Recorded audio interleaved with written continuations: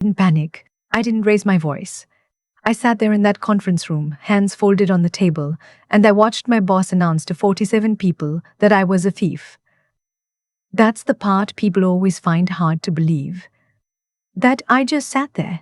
But here's the thing nobody tells you about. Moments like that, when something is so wrong, so completely backwards, your body doesn't know whether to fight or laugh.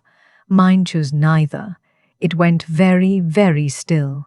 My name is not important right now. What matters is that for 6 years, I was the only federally licensed environmental compliance officer at a mid-sized chemical distribution company in the Dallas-Fort Worth area.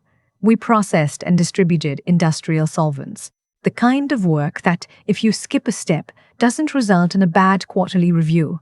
It results in an EPA shutdown, federal fines that start at 6 figures, and in the worst cases, criminal liability for the people who signed the compliance reports. That was me. I was the one who signed. I had built the entire compliance infrastructure at that company from scratch. When I started, they were operating on a spreadsheet and a prayer. I brought in the reporting systems, the inspection schedules, the vendor certification protocols. I personally got credentialed under the Federal Environmental Compliance Framework for Hazardous Materials Distribution, a process that took 14 months, 3 federal exams, and 2 site inspections by EPA representatives. There was exactly one person at that company who held that credential. Me. I want to be very clear about something before I go further, because I've gotten the same question from people who've heard this story. Why didn't anyone else get certified? I asked. Multiple times, I submitted a formal request to HR twice, once in my 3rd year and once in my 5th. I put it in writing. I said explicitly, we are one illness away from a compliance crisis. Both times I was told the certification process was cost prohibitive and that they'd revisit it in the next budget cycle. They never did. That decision, made by people above me, is the thread that unravels everything else in this story. But I'm getting ahead of myself. Let me tell you about the new CFO. He arrived in March. His name was Garrison, and he came from a logistics company in Phoenix where, by all accounts, he had cut operational costs by 22% in 18 months. That number followed him into every room he walked into. He said it himself, unprompted, at his first all-hands meeting. 22%. He let it hang there like a trophy. I had nothing against the man personally in those first few weeks. He was pleasant enough in the hallways, asked people their names, remembered them the second time. That kind of intentional people skill that you can tell is practiced but still lands well. My issue with Garrison didn't start until the day he pulled up the expense report for the compliance department and called me into his office. I'm looking at your travel and materials line, he said, turning his monitor toward me, and I need you to walk me through some of these. I sat down. He had the Q4 report open. He pointed to a line item, $3,840, for a site visit to our storage facility in Beaumont. That included mileage, 2 nights at a Marriott Courtyard, per diem meals, and this is the one that apparently triggered something in his head. A $290 equipment calibration fee for the air quality monitoring device I brought with me. This calibration charge, he said. What is this? I explained that the monitoring equipment I use for hazardous materials site inspections has to be professionally calibrated before each visit. It's not optional. It's a federal requirement listed in Section 7B of the Inspection Protocol Guidelines. If I show up to a site inspection with uncalibrated equipment, the inspection is invalid. I might as well not go. Garrison nodded slowly, the nod of a man who has already made up his mind and is letting you finish out of courtesy. And this is something you can't do yourself, he said. The calibration has to be performed and certified by an accredited third party, I said. Yes. Another slow nod. I'm going to have someone in accounting review these submissions, he said. Across the last 2 years, I told him that was completely fine. I had kept every receipt, every certification document, every calibration record. I told him he was welcome to everything in my files. I genuinely was not worried. That was my first miscalculation. Not because I had done anything wrong. I hadn't. Every single dollar I had submitted for reimbursement was legitimate, documented, and compliant with both company policy and federal guidelines. My miscalculation was in thinking that being right would matter. 3 weeks later, I got a calendar invite from HR. The subject line was Meeting, Expense Reimbursement Review. It was scheduled for a Thursday morning at 10 in the main conference room, the one with the glass walls, the one that held about 50 people. I remember thinking that was a strange room choice for an expense review, but I walked in at 9:58 and there were already 40 people seated. Garrison was at the front. So was the HR director, a woman named Paulette, who I had always found decent and straightforward in the past. There was also someone from legal I didn't recognize, and my direct supervisor, who would not make eye contact with me from the moment I walked in. I sat down. I still didn't know what I was walking into. Garrison started speaking. He talked about the company's commitment to financial integrity. He talked about the responsibility that comes with managing expense accounts. He talked about trust. And then he said my name, and he said that following a review of 2 years of expense submissions, it had been determined that I had engaged in a pattern of submitting inflated and unsupported reimbursement claims. He said the total in question was approximately $6,200. I want to pause here because I need you to understand what that moment felt like, not the anger that came later. In that exact second, the sensation was more like vertigo, like the floor had tilted, because the number, he said, $6,200, didn't correspond to anything in my reality. I had no framework for it. I hadn't done anything that could add up to $6,200 in fraudulent claims. I genuinely could not figure out what he was referring to. I raised my hand. I said, "Can you tell me specifically which submissions are in question?" Paulette looked at Garrison. Garrison looked at the legal person. The legal person slid a folder across the table to me. Inside were printouts of 7 expense reports. I flipped through them. I recognized them all. I had submitted all of them, but the printouts, and this is where it got strange, were missing attachments: the receipts, the calibration certificates, the vendor invoices. The paper trail that I had submitted alongside every single one of these reports was not included in the folder. I looked up. "These are incomplete," I said. "Where are the supporting documents?" Garrison said that the accounting review had not found sufficient documentation in the system. I said, "That's because these are partial printouts. The documentation exists. I have copies." He said that regardless, the company had made a decision and that my employment was terminated, effective immediately. He thanked me for my years of service. He said HR would follow up about the separation package. Then he asked me to turn in my badge in my company laptop. In front of 47 people, I stood up. I put the folder down on the table. I said very calmly, "You are making a significant mistake." Not threatening, not dramatic, just factual. The way you tell someone they've left their headlights on. Nobody said anything. I left the building with nothing but my personal phone and my car keys. I sat in my car in the parking lot for about 12 minutes. I wasn't crying. I was thinking. Specifically, I was thinking about one thing. The quarterly federal site inspection for the Beaumont facility was scheduled in 11 days. I drove home. I opened my laptop, my personal one, and I pulled up every document I had ever saved to my personal cloud backup. Years of habit had led me to keep copies of everything work-related on my own storage. Not because I anticipated something like this, just because I am, by nature and by professional training, someone who does not trust a single point of record-keeping. Ironic, in retrospect, I found the 7 expense reports. I found every receipt, every calibration certificate, every vendor confirmation email, every per diem calculation. I organized them into a single PDF. It was 43 pages long. Then I did something very small. I forwarded that PDF to Garrison, to Paulette, to the legal contact whose name was on the folder, and to the CEO, a man I had met exactly 4 times in 6 years, who I was fairly certain did not know my last name. I attached a short cover note. It said, "Attached, please find the complete documentation for all 7 expense reports referenced in today's meeting. Each submission was fully supported at the time of filing. I am available to discuss. I sent it at 1017 in the afternoon. At 9004 the following morning, my phone rang. The number was a 512 area code I didn't recognize. I answered.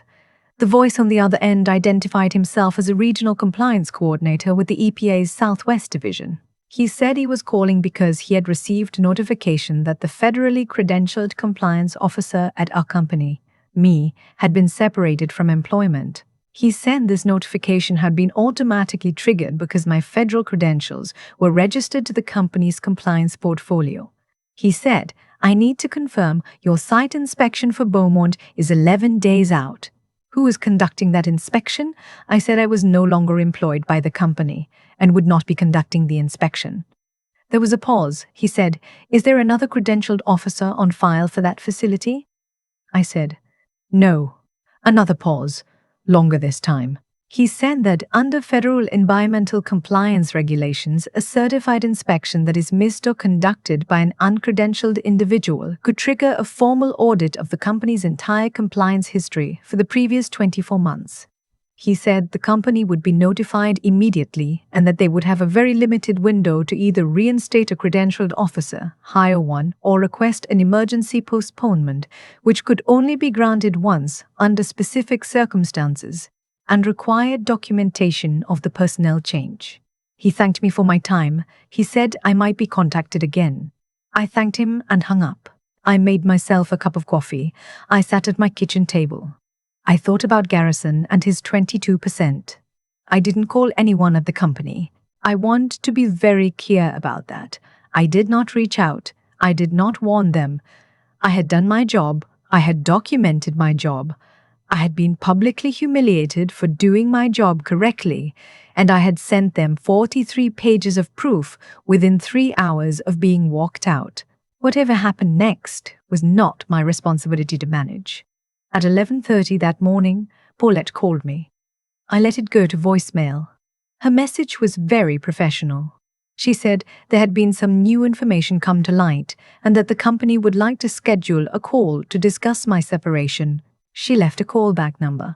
At 2:15, my personal attorney called me. I had reached out to her the evening before because I am not the kind of person who walks into the next chapter without making sure the previous one is documented. And she said she'd received a call from the company's legal team. She said they wanted to revisit the framing of my termination. I told her I was listening. She said they were proposing to reclassify the separation as a mutual agreement rather than a termination for cause. They would pay out the remaining balance of my current year's salary, cover 3 months of CLBRA, and provide a neutral reference. I asked her what she thought. She said, I think you had significantly more leverage than that. She was not wrong. Here's the thing the Garrison, in all his 22% glory, had not accounted for. When you terminate the only federally credentialed compliance officer at a hazardous materials distribution company 11 days before a mandatory federal inspection, you don't just have an HR problem. You have a potential regulatory catastrophe. An EPA audit of the previous 2 years of compliance records at a company that I knew because I had built those records was largely clean, but not perfectly so. There were 3 instances in the past 24 months where reporting had been late. Not fraudulent, not incomplete, but late. Under normal circumstances, minor administrative issues. Under a full audit triggered by a credentialing lapse, potentially significant. The company knew this. Their legal team knew this. My attorney knew this. My attorney went back with a counter.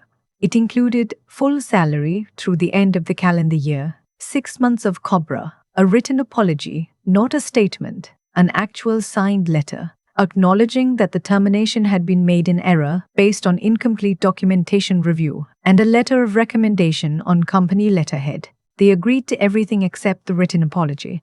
We went back one more time. My attorney said the apology letter was non-negotiable. They agreed. I want to tell you what that letter said because I have read it many times since. It was 3 paragraphs. The first paragraph acknowledged that my expense submissions had been reviewed in full and found to be compliant with both company policy and applicable federal guidelines. The second paragraph stated that my termination had been executed based on an incomplete document review and did not reflect any finding of misconduct. The third paragraph thanked me for my 6 years of service and my contributions to the company's compliance infrastructure. Garrison did not sign it. The CEO did. The man who had met me exactly 4 times and probably still didn't know my last name. I framed it, not to be petty, okay, maybe a little to be petty, but mostly because it is the single clearest piece of evidence I have ever held that documentation is not bureaucracy. Documentation is protection. The 43 pages I sent at 1017 in the afternoon were not revenge. They were just my job, done correctly, saved carefully, and produced at the moment it mattered most. Garrison was gone within the quarter. I don't know the specifics and I didn't ask. Someone from my old department texted me when it happened. They said it happened fast and it happened quietly, which I understand is how those things tend to go when the alternative is explaining publicly why the CFO terminated the only credentialed compliance officer less than 2 weeks before a federal inspection. The EPA inspection happened, just not on the original schedule. The company filed for an emergency postponement, which was granted. They hired a credentialed compliance officer on a temporary contract. She called me once, professionally, to ask a few questions about the inspection history. I answered everything fully. Whatever happened between her and the company after that was not my story. My story ended the way I needed it to end, with a letter, a settlement, and my professional record completely intact. There's a question I get whenever I tell this version of events, and I want to answer it directly because I think it matters. Would I have helped them if they'd asked? That's complicated. If Garrison had called me personally the day after the EPA coordinator called him and said we made a mistake, we need your help, what do we need to do? I think I would have helped. Not for free, not without some formal reinstatement of my record, but I would have helped. Because the facility in Beaumont stores hazardous materials. The people who live near that facility did not have anything to do with what Garrison did to me. Environmental compliance is not abstract. It is real, and it affects real people, and I did not stop caring about that just because I was wronged. But he didn't call me. He had his legal team call my attorney, and they tried to settle it quietly and cheaply, and that is a different thing entirely. I want to end with something I've been sitting with since all of this happened, because I don't think the lesson here is just save your receipts. Though you should absolutely save your receipts. The real thing that unraveled Garrison's plan wasn't a dramatic confrontation. It wasn't me standing up in that conference room and fighting back. It was 11 days on a calendar and a credential that took me 14 months to earn. The documentation I sent was just paper. The power behind it was the years of work that made that paper mean something. Nobody in that building thought about what I actually did until I wasn't there to do it anymore. That is such a human thing. We don't count the weight of a wall until someone removes it and the ceiling starts to sag. I don't know what Garrison is doing now.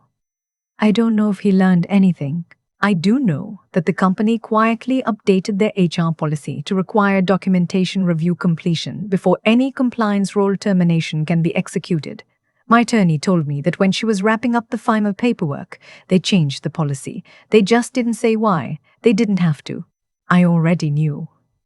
I've thought about this a lot since everything settled, not obsessively, I'm not that person, but enough to understand what actually happened underneath all the paperwork and phone calls and attorney fees. Garrison didn't fail because he was cruel. He failed because he was careless. There's a difference, and I think it matters. Cruelty has intention behind it. Carelessness is almost worse. It means you never stop to ask what you didn't know. He looked at a spreadsheet, saw numbers he didn't understand, and made a decision that affected my livelihood, my professional record, and 6 years of work without once picking up the phone to ask me a single follow-up question.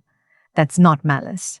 That's the particular arrogance of someone who has been rewarded so many times for moving fast that they've stopped believing slowness could ever be the smarter move.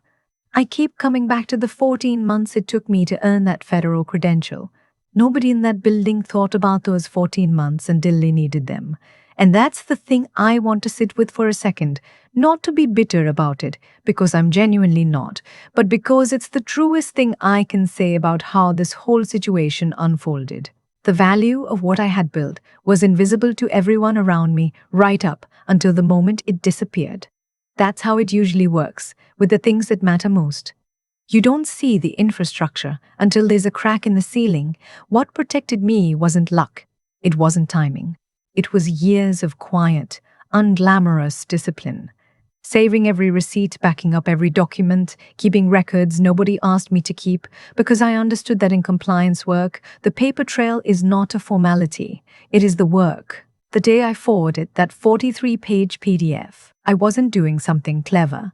I was just doing what I had always done. One more time. In the moment, it finally counted in a way I could see. I think about people who find themselves in rooms like the one I was in that Thursday morning, 47 people watching, someone saying your name in a way that is meant to end something. The instinct is to fight back in that room loudly, immediately. I understand that instinct. But what actually saved me happened months and years before I ever walked into that meeting. It happened every time I hit save on a document I thought I might never need. Every time I said out loud, "We need a backup for this role," even when no one listened. Every time I chose to do the job the right way, when the shortcuts were available and no one would have noticed. That's the only thing I know how to call wisdom, honestly. Not intelligence. I've met plenty of intelligent people who still find themselves unable to prove what they know to be true. Wisdom is knowing that the receipts matter before anyone questions them. Wisdom is building something solid in the ordinary days so that when the extraordinary one arrives, you are not scrambling. You are simply opening a folder you already organized.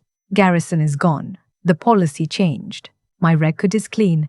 And somewhere in a filing cabinet in my home office, there is a signed letter from a CEO who didn't know my last name, stating clearly and in writing that I did nothing wrong. I don't need to say anything else. The paper already did.